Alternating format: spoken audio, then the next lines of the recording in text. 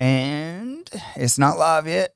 Oh, we're live. And we're live. What up, guys? Coach Jimmy here with Tech Talk. Today we're talking about owning a business, trying to gain popularity and notoriety on all the different platforms, looking at the different coaches that's actually pulled this thing off, looking at people that are doing the things that you want to do, trying to mimic them in your own way, trying to grow your brand, all these different things that I've been working on and trying to accomplish, and talking about hiring people. We have been trying to hire an appointment setter at our place of business for how long now, Taylor? I mean, actually advertising it, probably about a month, maybe 6 weeks. I'm going to need you guys to touch the mic with your lips near about it, or I'm going to have to jack your volume up real loud and get a bunch of background noise, because I should be able to hear you clearly through this speaker over here. So how long did you say? Probably about a month or 6 weeks. Nice. About 6 weeks we've been trying to hire an appointment setter, and literally no one knows how to follow directions. No one this day and age knows how to do a resume. No one, it's not even about a resume. I really don't give a shit about a resume. I just want effort. I just would like someone to actually put in an effort to title a page and answer a simple question like, what's your favorite animal or whatever, something simple. And we cannot find anyone that will do it. And the ones that do try to put in the effort, you go and look at their page and whoa. No, they are looking crazy. And it's like their page can't be looking trash because they're going to be using that to represent our school. So it has been hard. Yeah, it's been a nightmare. I think now we finally have a couple of good candidates. But it's just been a long process. It's like either the people themselves are not good fits, or the ones that you're like, oh, well, this could work out. They do not listen. They will not follow directions. And I feel kind of bad because every time I, make the job posting, it's, hey, send your resume to this email, because I can't keep up with all the private Facebook messages. I can't keep up with messages from people wanting a job, people wanting to get their kids in the program, our members already needing things. All my messages just kind of run together. And so people are getting lost. And I don't have time to look through the cracks to see, oh, well, who's interested, and look, at 1 out of 10 messages. So, but I think we may have some options now. We're going to hash it out, maybe do some interviews, see how it goes, and go from there, because it's something that we need. Yeah, I've been trying to deal with just getting systems in place, and I think that is a huge part of owning a successful gym or a successful business, period. And I'm friends with a lot of gym owners in the area, and I have been trying to reach out to them and trying to spend time with them and just trying to get them to understand, it changed my life when I started treating this place like a business, and how much it takes a little more effort than just showing up and training jiu-jitsu. The first 2 years, this place, I had to work a 40-hour work week and come and teach jiu-jitsu. And now this is all I do. I teach jiu-jitsu for a living. I teach, martial arts for a living. And this is how we do it, and trying to hire people to take some of the load off your back. And when we have a good appointment setter, we have to turn people away. We have to say, no, you're not a good fit, or we have too many people on the mat. When we get an opening, we'll let you know. And then when you don't have a good appointment setter or a good closer, then it's kind of like, all right, you have to say, hey, we got to meet this quota. We got to have these people. We got to do this. And it's just crunch time, or it's difficult because you feel like you're grinding to reach a quota or something, and the system don't run well. But when you have everything that's like on point or on par, man, that thing it's amazing. Like how quickly it grows, how quickly your mats fill up, how quickly all your programs run, like and how smooth everything works when you have people that actually care, that actually want to see the place grow and see you guys do well. And finding that right fit has been tough for us. Really has. I really liked the advice on the last sales training call that we did about make them do jiu-jitsu and then do the interview. I liked, how he said that it will, after rolling for an hour, they're not going to have a fake face. You get to see who they really are because they're tired. It's their first jiu-jitsu class, unless it's someone that already trains. But I really like that advice, and it shows them what goes on. It's not just, having someone sit at the front desk that doesn't know anything about jiu-jitsu. They at least have a little bit of taste to see what it's like to actually be out there. So I think that's the route that I want to try to take. Yeah, I really appreciate the things that they're saying and doing. And then we're actually in the middle of like building out a system for kids programs for jiu-jitsu, which kind of segues into the next part of owning a business and getting your systems and stuff in place. For me, I deal with this regularly, and it kind of sucks in a way, but in another way it doesn't, because it kind of gives people an idea of like what we're really doing. The like karate schools and the things like that where they are just promoting somebody every 2 months. They just run a testing every 2 months, and it's like if they pass this little test or do this little thing, then they get their next belt. And I hate it.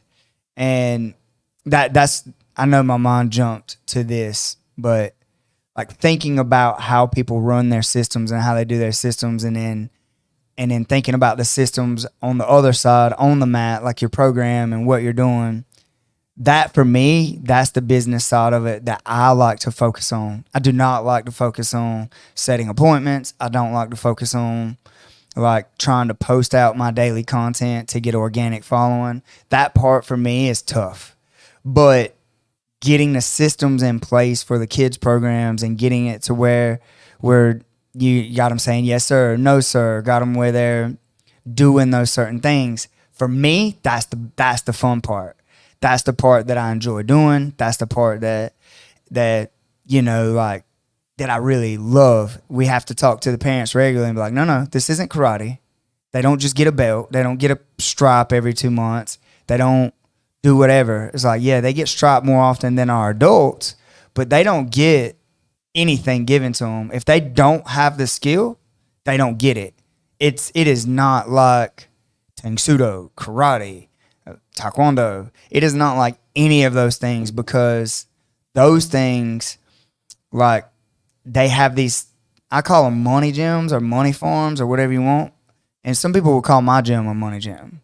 But my gym is designed for you to have a certain level of skill by a certain level of time, as long as you show up and put in the work. If you don't show up and put in the work, it takes you longer. And that's just the way we are. Correct me if I'm wrong. I don't know much about karate schools or taekwondo or anything like that, because I never did it. But don't they, I don't know exactly what it's called, but like a routine type deal, they have to learn, like memorize the order of the moves, and then they perform that. You know what it's called? I don't know. And do they do stripes? Like, how does a karate school even work? So for me, when I was in taekwondo as a kid, you would show up. They would teach you just like a horse stance with 1, 2, which is a punching. Just like 1, 2, and you turn your hands, and that's like the first day. Then they teach you a front kick, a round kick, a side kick, a high block, low block, and stuff like that. So basically, it's just like these little things. They teach them to you. Then they teach you a form. And the form, it incorporates all of those strikes that you learned at that white belt. So that form that you learn all those moves, and they make you strike, they make you block, they make you strike, they make you block, all of the ones that you learn. Then they do defense stuff, like where they grab the wrist and you snatch your hand away and pop a 1-2 on them, right? That'll get you a stripe. Then, so in 2 months' time, you should have 4 stripes. So it's like a stripe every week or something like that. It's 2 months, it's 8 weeks. It's like a stripe every other week. Yeah, every 2 weeks. You get a stripe. Then, after you get your 4 stripes, you get to test for your belt. So 2 months' time, you get to test. But it costs you $60 to test. And then you test, and then they give you your belt. Well, in 2 years, you'll be black belt. And no matter, you could be a 12-year-old black belt. You could be a 10-year-old black belt. And nowadays, it's like, oh, you're a junior black belt. No, back when I was a kid, it's like, you're not a junior black belt, you're a black belt. You'll know these moves, you'll know this stuff forever. And for me, it's annoying because you have people that don't understand jiu-jitsu that's trying to compare it to, they're trying to compare jiu-jitsu to karate, and you have to explain to them, like, no, your kid's not behind, or, you know, they're not learning the values that we're teaching, like the lesson that we was teaching today, like about communication. Like you can't put like a time frame on that for them to get it. And you can't just, like, some of them heard what I said today. Like today, one of the things that we were talking about was, like, what is that? 90% of communication is verbal. And the example that I used was if Bam come in the mat in the gym and kept taking it, he tapes his toes. I said, if he just takes his toe tape off and throws it on the mat, just throws it down, and then at the end of the day, I got to clean up his toe tape every day, I could get mad about it and be like, man, this sucks, and just be mad about it every night and complain to Taylor and be like, man, they got toe tape, and just and complain about it every night. I could. Or I can just go to Bam and say, hey, Coach Bam, can you please stop leaving your toe tape all over the mat? Like, man, I'm having to clean it up every night. And now Bam has a decision to make. You know, he can say yeah, or he can say no. And if he says no, then we got a problem, and we got to address that. But 90% of the time, if you just go to that person, it solves a problem. But if I go home and mad about it every single night, and I haven't said anything, I haven't tried to say anything, that's my fault. And that's what we was telling the kids today, is like, you're not going to get anything that you don't ask for. And people aren't going to just know. People aren't just going to know, like, that you're mad about something or that you're upset or anything. You would expect them to, because you feel that way and you see things that way, and like it revolves around you. But that person may have a ton of other things going on, and they just don't recognize it. And you can say, well, they're inconsiderate if they don't know or whatever. But it's like, nah, man. Like I have lost a really, really good friend of mine because they never come to me and told me, like, they were having a problem with something that was going on. Like, they never used their words or said anything. They just assumed that I knew that they were feeling the way that they were feeling, or that I should have known. And it's like, nah, man, I'm living my life, and I'm out here trying to make these moves and get things done. And it's like, man, I'm sorry. And at what point do you take responsibility and say, well, I never told them. Like, I never communicated that there was an issue. So it's like, yeah, I could have probably been a better friend at that time. But at the same token, it's like, man, yeah, I could have been a better friend, but you could have been a better communicator and not let it get this far. Like, you let it ruin the friendship because you didn't say, hey, man, you know, you're not including me as much as I would like you to. Or it's like, man, I'm not a part of this group, and you're not messaging me. And if they come to me and said, you're not messaging me, I was like, that's what the group's for. Like, join the group or whatever. It's like, you got to let me know so I can try to put in the effort to fix it, or I can say, look, man, like this is what this is for. If you want to be a part of it, then you got to be there. It's like it's a lot to ask somebody who's running a business and doing all like trying to do all these other ventures to try to keep up with one singular person when they got other things going on. But it's not a reason if that person matters to you, right? So communication is super important, and people aren't just gonna know that you're upset or that your feelings are hurt or any of that stuff. You have to talk to them. You have to let them know. It's like, hey, this is bothering me.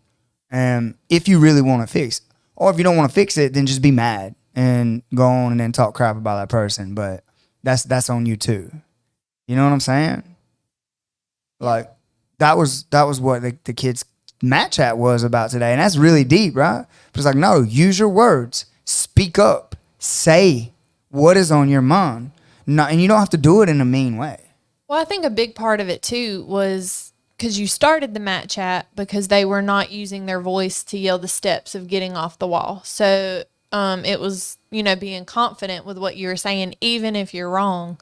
So a big part of it was, hey, it's okay to speak up, because even if you're wrong, now's your chance to learn something. It's fine to make mistakes. You don't have to be perfect. And I think that was more of what resonated with me than the use your voice to fix problems. It's use your voice. Even if you say the wrong thing, it's okay. 100%. And that was one of the things that I told the kids today is like, you're not perfect. You don't have to be perfect at all. Like, I don't expect you to be perfect. I just expect effort. You're going to be wrong. You're going to mess up. I messed up tonight. I was trying to like figure out how to enter a ham sandwich from this position, this inverted position where you shoot the knees through. And it's like, oh, okay. I wasn't making them touch earth. And I was like, why isn't this thing working? And it was because I wasn't making them touch earth the right way. And it's like, oh, when I turn down, belly down, they touch earth, then I can pull the leg and throw them into a ham sandwich. For you guys that listen that aren't jiu-jitsu people, it's a jiu-jitsu move. It's not lunch, promise.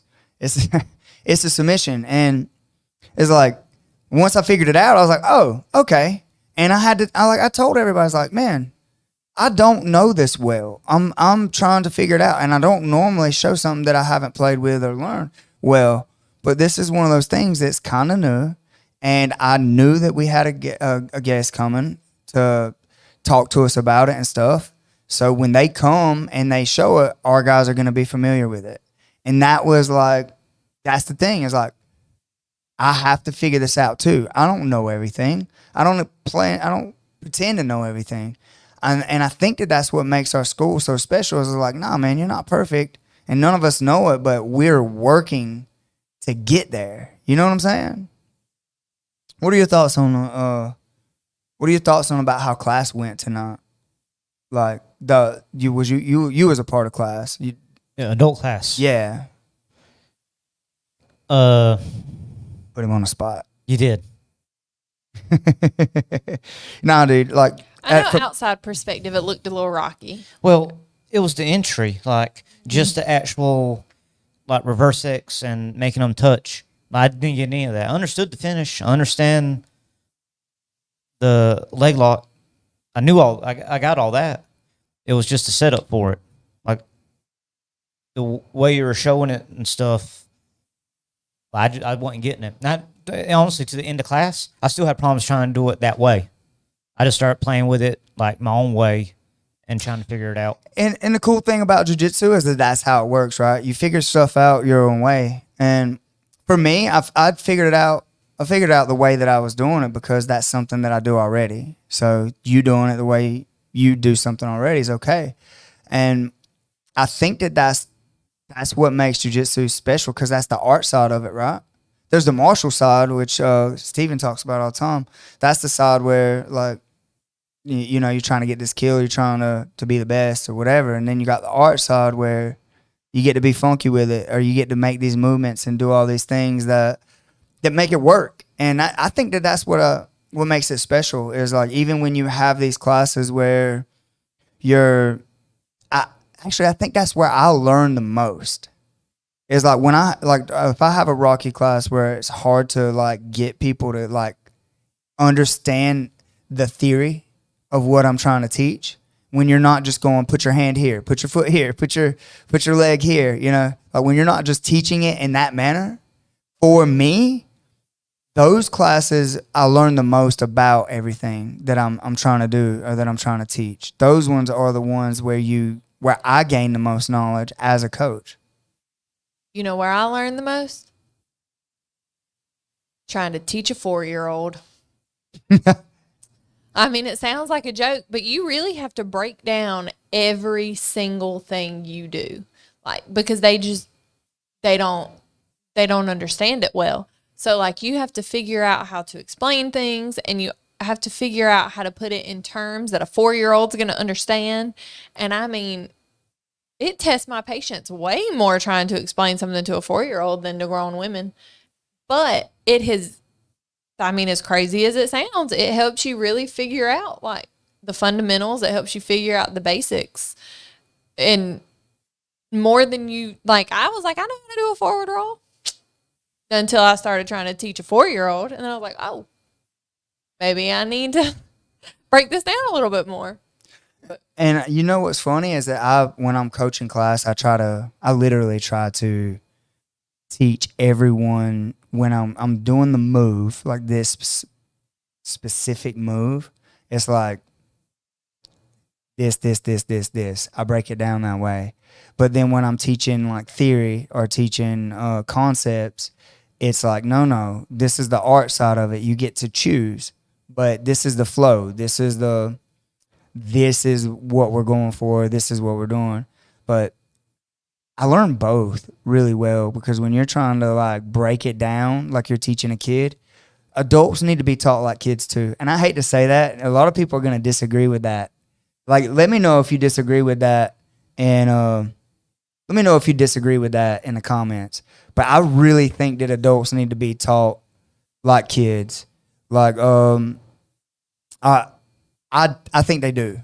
I do. I think they 100% do, because you look around the room and everybody's puzzled. It's like they don't understand it on the black belt level. They don't understand it the way the person that's been doing it for 20 years is going to understand it. I appreciate that. Wyatt was the guy that come tonight and was helping us with the ham sandwich and stuff. So it was really cool to watch him make that play out and stuff like that. But I mean, I agree. I mean, to a certain extent, like, I don't think you have to tell adults, like I have to tell my 4 to 6 year olds, all right, now you put your ear on the mat, you sit with your knees up, and you poke your hand out, and now touch your hip. Like, I don't think adults need to be taught to that level. But I mean, just a little bit. I do know, like, you had to reteach me how to move my body. Like, Yeah. my body don't work that way. What do you mean? Like, I felt like you were telling me to like put my pinky toe in my ear or something crazy. I was like, my body doesn't work that way. Sorry. Nate said you don't know anything until you have to explain it to children. Thank you, Nate. I agree. Especially a child that's just sitting there looking at you like, no, I think I'm done for the day. No, we're not done. She had a kid tell her that today. He did. I'm done for the day. Yeah, he said, I'm done with class. That was okay. All right, so what are your thoughts on that, Bam? Like, adults, you teach them like kids, or you just talk to them like a normal person? Do you walk them through every single little step, or do you think that like giving them the freedom to just kind of play with stuff and figure it out is the way to go? I don't think there's one right answer. I don't. People learn differently. Mm. Oh man, it's a really good answer. It depends on the person, because I do think you need to break it down step by step for an adult, same as you would a kid. But you don't have to talk to them like a child. But you break it down for them step by step, and just put it in layman's terms. Like, what you're trying to do is just collect a knee here. This is how we're collecting it. Yeah. And see, that's, for me, that's what I was saying earlier, is like, I do both, but some of those classes, I'm like, this is where my goal is. This is what I'm trying to do. this is this move within this specific set of parameters. Like knee shield, they have to be pushing in, and they like to get underneath them and do all this. They have to be committed or pushing into you, right? Mm-hmm. If they're pulling away, it's like, this isn't going to work the same. This isn't going to be the same thing at all. And that's the beauty of it, right? It's like, no, if you try to drill a move with somebody that's just not playing the game and that's not moving while y'all are drilling, it's damn near impossible to learn. But then also, if I'm trying to teach you a concept of like, no, like this is like all encompassing. It's like this area is like they're gonna go here or here or here, and you have to decide based on these sets of movements of like what they're gonna do.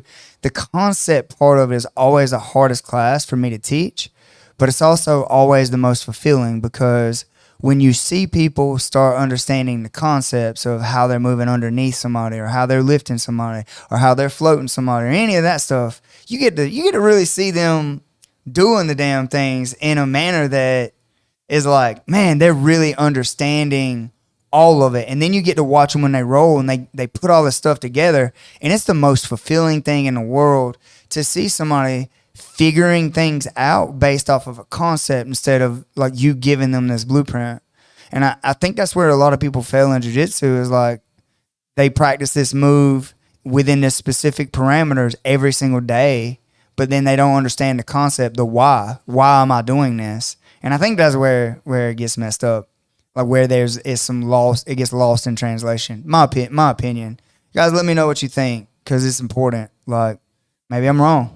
I think just us sitting here talking about it in tonight's class, just like having my own little epiphany now, like where I'm at right now is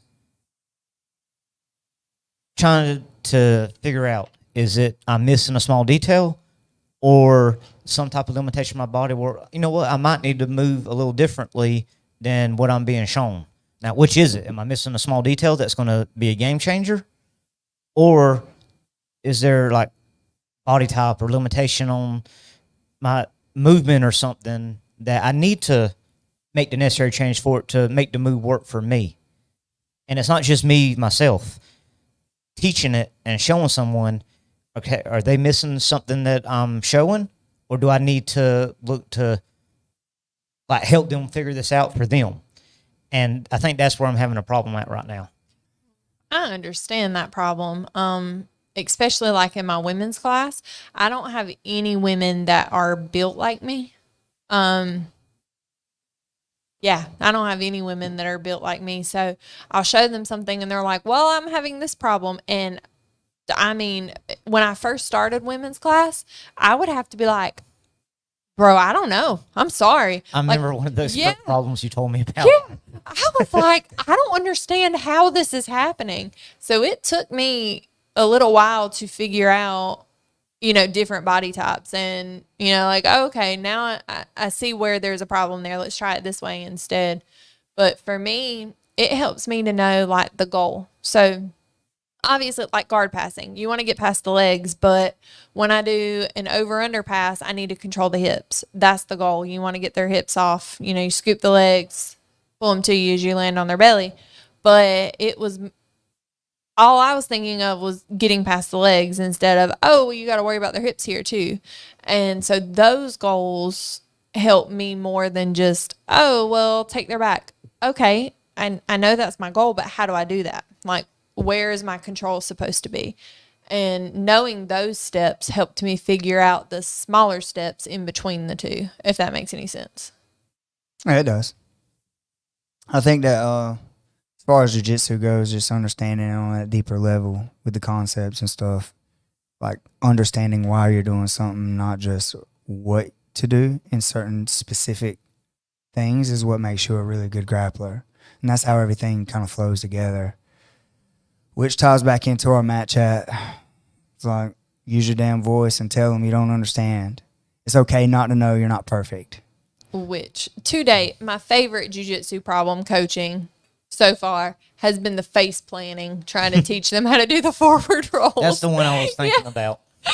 What? Like, I don't understand how you're falling on your face. I don't know the story. What? Yeah, when I was teaching them the rolling guillotine or, the guard pass to roll over their head, I had so many women just face planting in the mat. I was like, I don't understand. How are you falling on your face? And it really took me, like I had to tell them to switch their hips, which was a problem that I did not foresee because I was like, just move your face. I don't understand. How are you just falling on your face? Did you witness this, Bam? I did not, but I remember after that class specifically, like it was one of those where she came off the mat, like you'll never guess the problem I just had. Like, and when she told me about it, I'm like, I don't understand. Same thing she did. Like, I don't get it. But it was, they just had their knee pointing away too far. So like it was, the knee cutter pass when they swim for an underhook, you bite down on the arm, cover the head and roll over. Well, their knee was pointed too far over, like the opposite way. So whenever they would go to roll, they're trying to roll the opposite way that their body's facing. I don't know. It was crazy. And they didn't have hands to catch themselves because they're holding onto an arm and a chin, and they were just falling on their face. And I was like, That's amazing. I'm going to go back and try to find that on the cameras. It's been months ago. Has it? oh, yeah, that was Yeah. back when, gosh, probably July or August of last year. It's probably been about a year. Oh, wow. But I just remember like just being baffled because for the life of me, I could not understand. And if it was just one person, I'd be like, well, it's the one. But I had like 3 or 4 women face planting. But That makes my day. I can't believe you don't remember this. I don't. But it doesn't surprise me at all. That's so funny. It's like, I'm going to put my hands on your chin and your arm and just like slam my face into the ground. That's exactly what was happening. Instead of like, you had already taught warm-ups at this point, most of them. So full roll. And that's what, I was like, you're just doing a roll over their head. And it, for me, I was like, that's it. You're just doing a forward roll. But I didn't think about the fact that I had already been doing this for a couple of years. And then I thought back and I was like, well, I remember my first time doing those types of things. I was like, what do you mean I'm rolling over someone? Like, it was uncomfortable. It took me a couple of tries to get used to rolling over them. And I think in the grand scheme of things, these women were like, well, I'd rather eat the mat than hurt this person. Like, I don't want to hurt the person that I don't want to eat training mat. with. Right. I was like, why are you? And I couldn't understand. I was like, wait, how is your face ending up there? They're like, well, I don't want to land on them. It's like, wait a second. But it was one of the biggest learning experiences of my life. Like, I had to really start, like, point your knee this way, turn your hips, make sure you're looking this way. Like, That reminds me of another story. It was someone, the opposite kinda. We were doing a sweep, and it was a new guy, like first day, oh Lord. and usually I'm one of the ones like this, like the ones that have been here a while. Jimmy has 2 or 3, like he'll put us with the new people. Mm-hmm. So it was my day. He put them with me. Not a big deal. Used to it by now. And like it's expected of you when you've been here a minute. So we're doing the sweep, and like he was like being too good of a partner and overselling it. So I go for a sweep, and he'd like jump and flip over me. Like, Is that recent? It's been a couple years, I think. It's been a couple years. This be like that ninja. I'm not gonna like say names, but I remember who it was. And but no, like You should tell us. no. Who is it? Tell If you want to know, let us know in the chat. Not If you gonna do want to that. know who it is, let us know in the chat. But 'cause they I were wanna selling know. it like thinking, I guess like other martial arts styles, like, oh, I'm supposed to end up over here. Okay, they ended up over there. They would just fly over there. Like, no, let the move work. Like we're doing just a scenario. This is your resistance, kinda. And when you react, like there's my sweep right there. And no, they just want to help me out, and they just kept flipping over. Tell me who it is. Tell me who is it. I'll tell you after the podcast. Is it someone that still trains? No. Oh, Oh man, I that was really sucks. hoping it was someone that stuck. No. Yeah, that would be great. We had a couple people that are like just like, oh my god, and they're like flipping and like overselling everything you do. It's like, this is amazing. It's like, all right, calm down, Captain Sano. Oh man, What? I don't know. One of my favorite stories, and she is now one of my best friends. But I remember on her first day, she came in and she did great, which she had some martial arts background, and like we learned truck. I won't ever forget it because she is still like that is her move. That's where she likes I know who going. you're talking about. I do too. Oh yeah, but anyway, she did phenomenal. We rolled after class. Like she moved really well. And her hair, she had lost a lot of hair because we both have very long hair. And she sees a clump of her hair on the mat and she picks it up. It's her first day. So she doesn't really know any of us. And she looks at me and she went, well, I don't know. And she just said, boop, and stuffed it down her shirt. And I was like, I'll throw it away when I get home. And I was like, what? Like, it's not that big of a deal. It's just hair. But, oh, man, she was probably my favorite new person ever. Because I will remember that story forever. Like, oh, I'm glad she stuck with it. But I remember on day one, I told her, I was like, you are now my best friend. And she really did. She become one of my best friends. So it's pretty cool. Like actually in your wedding party now too. Yeah. Yeah. She's awesome. Oh, her whole family is pretty great though. Like even her husband, he picks up really well. And he uses truck too. They're a family of truckers. They sure are. Yeah, that was one of the things that I really like when some people come in and we're doing like a whole month of stuff. Like right now, we're gonna have a kid. He's not a kid, but he's like 19 or 20, but he's going to be really, really good at inverting and getting underneath people because he just started. He's super serious about it. And that's one thing that I would say to everybody out in the world is like, you always remember your first class, like the first thing you learn. And whether you believe me or not, think about it. The first week, the first 2 weeks, what you learn in those first 2 weeks when you're super excited about it, it eventually becomes part of your A game. If you're in a legit school, it eventually becomes the thing that you enjoy, that you're really good at, that you can do really well eventually. Agree or disagree, Bam? I don't know.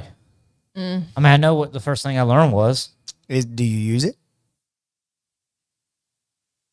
Not in the. I use parts of it, yes. What was the first thing you learned? Just guard break to knee cut pass to scarf. I use knee cut pass a lot. And if I don't get the pass, doing like the dive out, back step, all the stuff, enter the legs. That's how I use knee cut a lot. Okay. I do scarf if I got someone. If they're on bottom and they're either wiry and being really fast or strong, and I just need to like, hold on, we need to pause this for a second. I need to hit like a pause button. I'll hit scarf and just hold them for a second. Like, hold on, let's calm down a minute. Gotcha. Yeah, I don't use that as much because we play the game, but I guarantee you, if it was a real fight, you'd probably end up going there and like getting on top and making them suffer because it's part of your A game. It's part of like, this is where I go to get my kill. This is where I go to win. What you looking for? Look at his face. What's the first thing you learned? I don't know. Okay, but I kind of have a good excuse. I didn't start jiu-jitsu because I wanted to start jiu-jitsu. I started fitness kickboxing and I got talked into doing jiu-jitsu. So whenever I first started, I was not serious about it at all. Like, not even a little bit. I remember Dale, because we were still doing gi, teaching to put your feet on the hips and grab the lapels and flip them over your head. I remember that. I remember you showing me scarf and telling me I needed to learn how to get heavy. But the first thing that I ever really remember learning is when Chase Rowden came. And then he shows me friggin' leg locks, 411 and stuff like that. And I'm like, I don't think my brain works this way. So that's the first thing that I remember. I actually remember I think it was your first or second night. And the reason I remember is it was you and your parents. Because y'all all started at the same time. Yep. And Jimmy, like, partnered y'all all up. So it was like me, and I can't remember who else, maybe Dale. And I remember all of us were just in a line and was just teaching y'all the warm-ups. And remember trying to teach y'all shot steps. And that's all I remember. Trying to teach y'all shot steps. I'm just sitting there. It was funny. Yeah. I'm like, oh. I don't even remember that. So I don't remember that at all. The only I thing just I had- remember warm-up wise is when my mom got stuck on her neck. That's all I remember. apparently I'm wrong in my assessment because Nate says, I don't remember exactly what I learned first. I don't do any of it though. And then you don't remember your first class. You remember yours. You're like, nah, I don't do it. Maybe I'm wrong. I do it, just not in that exact sequence. Well, I will say, I don't know if this is props to Chase Rowden showing it to me for the first time or Bam doing his leg lock class. The last couple of times I've rolled, I have tried to get in on legs more. Like, without even meaning to, I just end up there and I'm like, why am I doing this? Why did I choose to attack this leg when I'm not very good at it? But that is where I've been ending up.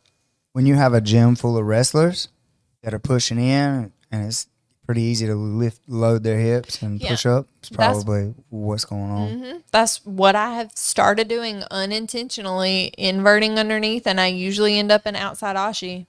Wyatt Montgomery wants me to tell the story about the time this guy come in and put me in a guillotine. Oh, you've told that story on here. Have I? Yeah. I think we had a whole podcast where it was just like funny people that have come in the gym or instances that The have guy that didn't let me go. Yeah, the guy or that- you've talked about, how many people you've actually beat up in the gym. And I use quotation marks for people that's not watching. But, the people that you've actually hurt training. Yeah, I want to say the stories we said. You've told that story, the Epsom salt story, Oh, man. the superhero story. Yep. I think those three, and I'm sure I'm missing some. Well, guys, let me know in the comments if you want me to retell that story because it is hilarious. It's pretty funny. I will retell it. I don't care. I'm not But going to wait on you. yeah, Yeah. Your comment doesn't matter. I do what I want. I do what I want. Nah, let me know if you guys want to hear that story because that junk is funny. Yeah, I mean, you go ahead and tell it. Nah, They just nah, won't, nah. It won't be the first time. No, I don't want to get repetitive unless the people that are here now want to hear it. Well, I think this was shortly after you first started the podcast, so it's been a minute. Nate says run it. So, Nate says run it. and we listen to Nate. Yeah, Nate has his own bedroom. Yeah, Nate does have his own bedroom. It's a grown man. No, we have a bedroom at our house that Jimmy now refers to as that's Nate's room. Okay, I was missing something like. Yeah. No, he know. shows up. He's just got his own room. He's Yep. like, when he comes down, he just stays the night to help us get all our online stuff done. He's the man. All right, I'll run it. It's fine. I'm gonna make this the shorter version of it, but basically, this dude come in with my cousin, and I didn't know this first part, but they were in jail together, and like they were practicing on each other, and I'm pretty sure they were on drugs. I have no idea. Pretty sure, but I didn't witness them doing drugs. But I'm pretty sure that they were doing drugs. But anyway, they come in and we were doing traditional guillotines from standing. And we were just talking about how to cover the head, cover the crown of the head, catch a head, throw a traditional guillotine. And I was walking around talking with each person. And my cousin goes, man, this dude has a really good guillotine. You should let him guillotine you. And I was like, all right, cool. So I duck down and let this guy, I'm just in this wrestling stance, and he snaps his guillotine on me, and it's tight. And I'm like, dang, that's tight ass guillotine. So I tap, and he doesn't let me go. And I tap again, and he doesn't let me go. So now, like, he jumps into my lap, like, he jumps guard, holding this tight ass guillotine. And I feel myself, like, we hit the ground, and I'm like over him. And I feel myself like I'm going out. I'm fixing to be gone. And I'm seeing the little spots and everything. And I start panicking. I'm like, this dude's fixing to kill me. Like, he's not letting me go. I don't know him. It's his first day in the class. And I'm like, all right, I'm getting out of here. So I just start throwing elbows.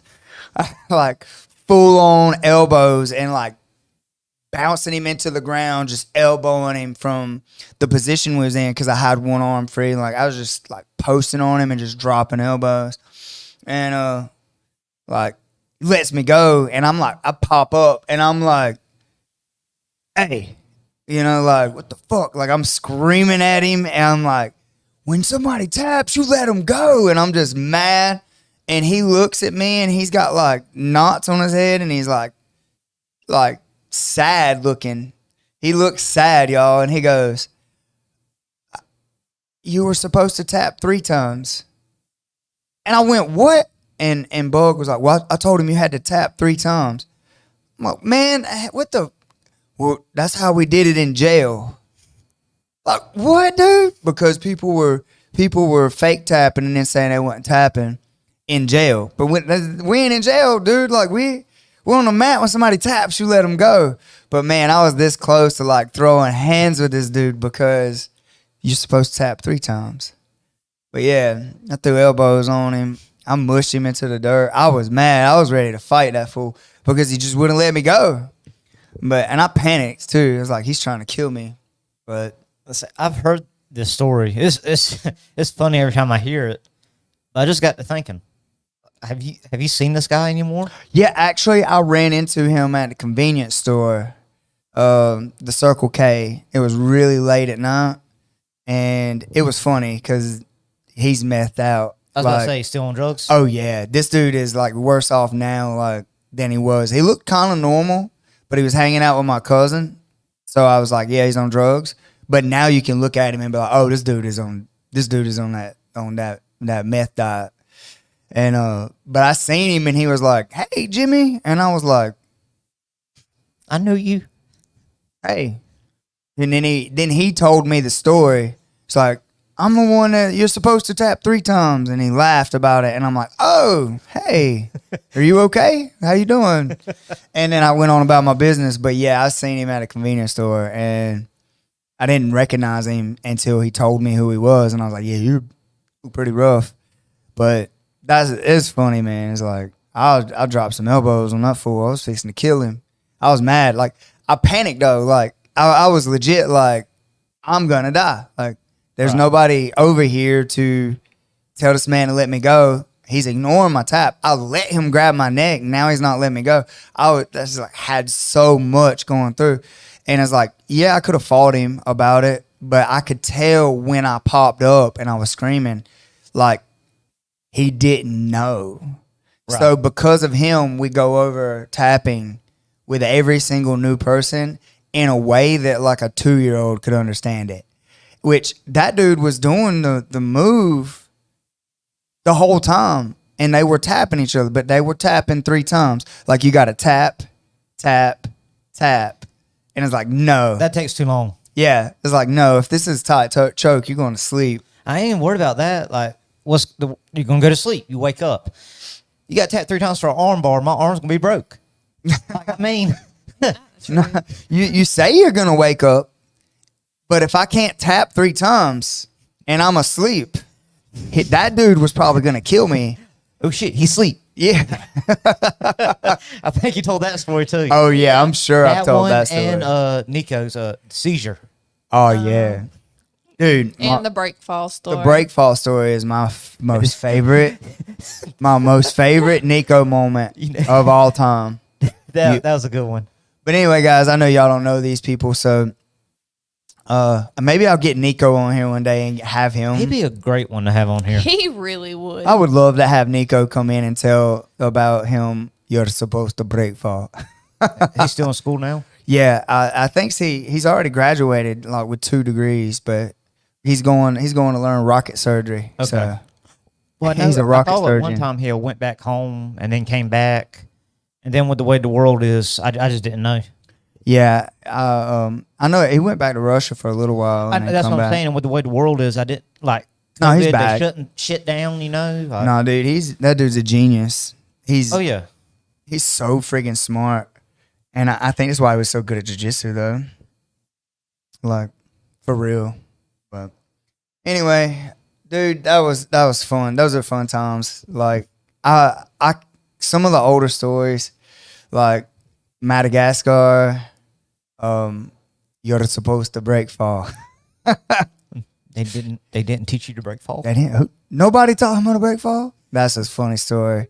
I think I've told that one for sure. I'm pretty sure. Oh, yeah. We Anyway. do all of those. So we're talking about the hiring process, guys. Quit being losers. Do the work. Show up. Like, send your damn resumes. I mean, Bam's laughing, but for real. For real. Stop being lazy. If you want a job, man, act like it. We ain't just going to hire somebody because you said, I'll do it. No. It doesn't work that way. You had the one that said, "I'll do it." Yeah. And then it's in a picture, right? And that was No, you. that's not the same person. That's two different people. Right. I'm saying, but you did have that one that did that. Yeah, we did have someone that was just like, yeah, I'll do it. Yeah.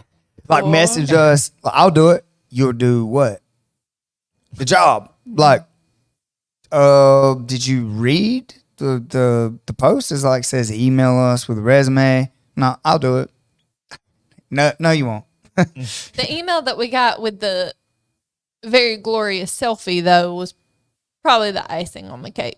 Well, I mean, I hate to say that. Like, we're not trying to talk bad about people. But it's like, come on, dude. Like, let's put a little effort in. Let's use our brains. You have brains, use it. Like, God Almighty, it's pretty rough. It's pretty rough what people do. Yep.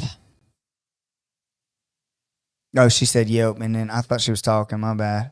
No, it was just my heavy sigh. Because it's discouraging. It almost just makes me want to be like, no, it's okay. They can keep doing it. But I don't want to keep doing it. Yeah, for me, I just want to hire somebody for the position, but I don't want to.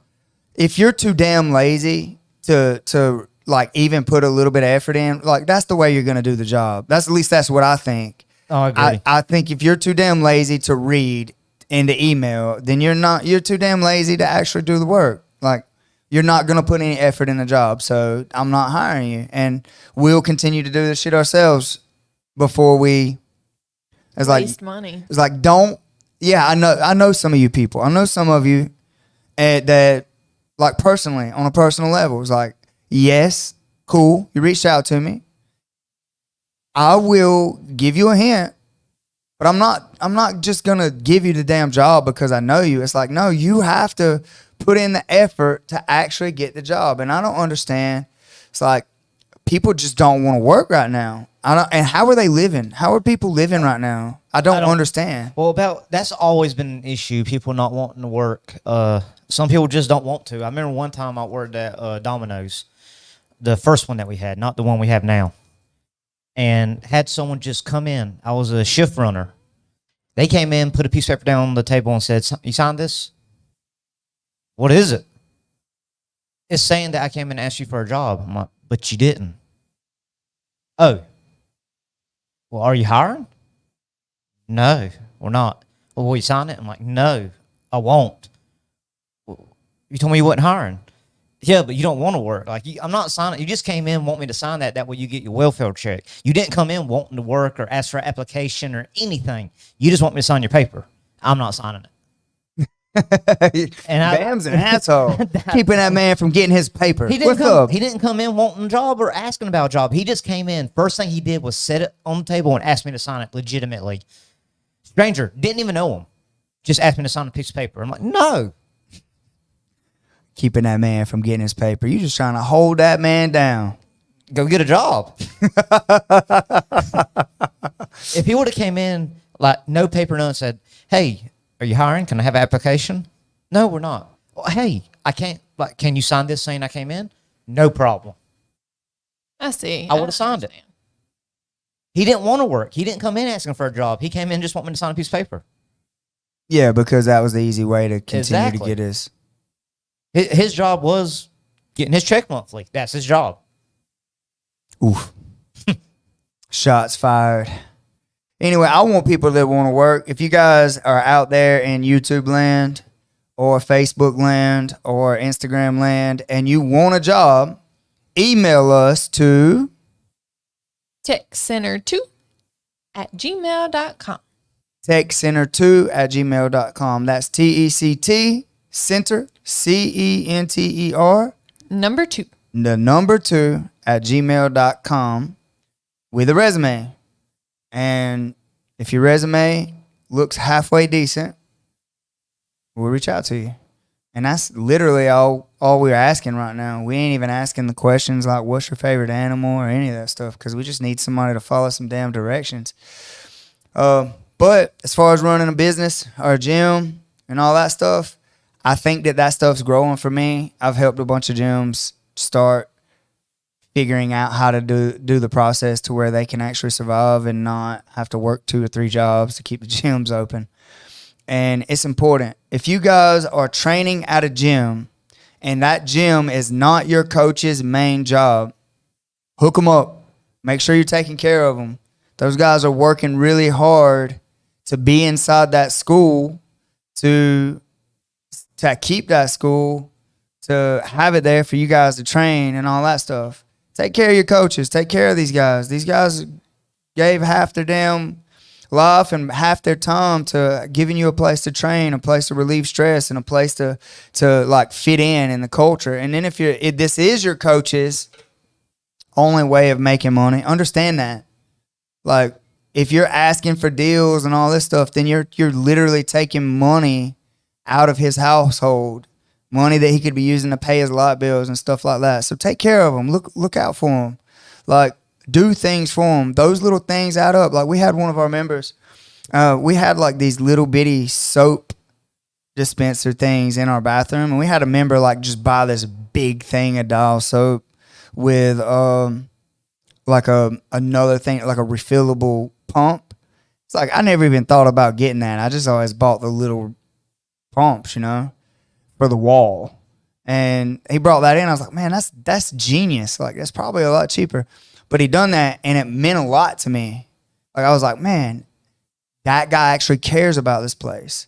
And when you do things like that, it's just small little things that lets your coaches know that you care about the place and care about what they got going on. Use your voice, mat chat, communication is what it was over today. Use your damn voices. Tell people what you want. You're never going to get it if you don't ask. You're never going to get ahead in life if you're going through mad because you haven't said it. Don't expect people to be able to read your mind or to know. Just say it and you get it done. You'll get a lot farther in life. And that goes for your significant others and stuff. Just talk to them. Actually say what's, don't worry about upsetting them. Say what's bothering you. Because once you put it out there and everybody knows what the deal is or what the problem is, it becomes less of a problem. It becomes better. It becomes like you've talked about it and people are aware, and it's just so much better that way. Anyway, I'm gonna kill that today. I know we got some other stuff that we said we was gonna talk about in the caption and stuff. But we have been streaming now for like a little over an hour or a little under an hour. I can't tell right now. Where's it at? It's up there somewhere. 58. Look at that, 58 minutes. It was a guess. Let's go. Anyway, yeah. So we've been streaming for that amount of time. I want to get out of here. We're probably going to run this back on Saturday. Another one, and some different things, just to talk about the Ask Coach Jimmy. If you guys got any questions you want to ask Coach Jimmy and you want me to do a video and answer it, ask the question. I love doing that. I love being helpful. This is something that I enjoy. I do this for my own well-being because I like helping you guys, but I enjoy doing it. So hit us up. If you guys got any guests that you think would be amazing on our podcast, hit us up. We're going to start doing guests, inviting people live and doing all that stuff. So hit us up with that. You got anything you want to say, Coach Bim? I'm good. Coach Taylor? Like, subscribe, and hit the bell. Let's Did go. you forget that part? I forgot it. I got you. Like, subscribe, and hit the bell. hit the bell so you get the notifications, and pound that like button because that thing helps us out a lot. It helps us in the algorithm. It helps us like grow. It puts our show in front of more people. Putting this show in front of more people, that helps me out a ton. Check us out at Tech Center Mixed Martial Arts in Eastman. And quick shout out to our sponsor, Beard and Chiropractic Care.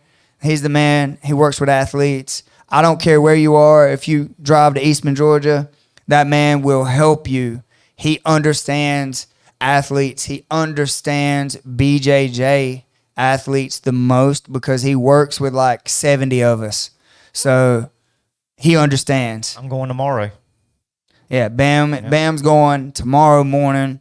Guys, trust me when I tell you he understands the common injuries, and he's not going to tell you not to train. He's going to tell you ways to the right posture. He's going to tell you the stretches and the things that you need to be doing for your particular type of injuries, along with x-raying all of you and like doing it the right way. It's not one of these show up, get cracked, and leave like a what is that called where you run like an assembly line of people through and just how many people can we get through and make money that way? It's not one of those. He's not a quack. He actually understands and explains the science of what he's doing and how he's doing. He fixed my neck. Like I literally had a bulging disc in my neck, and now I can look up, turn my head, do everything. So he's the man. Beard and Chiropractic Care. Check him out. He's a sponsor of this show. He's been a sponsor for the last 2 years, like year and a half, whatever. It's been about a year. However long the show's been going. Has he been the whole time? Yeah, pretty much. That's nice. Well, anyway, he's been around. Yeah, he cares about it. So he cares about jiu-jitsu. He cares about this place. So Beard and Chiropractic Care in Eastman, Georgia. Check him out. Thank you guys so much. Hit us up. We live stream every Thursday night. Think about it. If you guys want us to cover a topic, let us know. If you want to do the Ask Coach Jimmy, I will be recording 2 new ones this Saturday, posting them Monday morning. One of them at least Monday, the other one Thursday. You guys have an amazing week. Peace.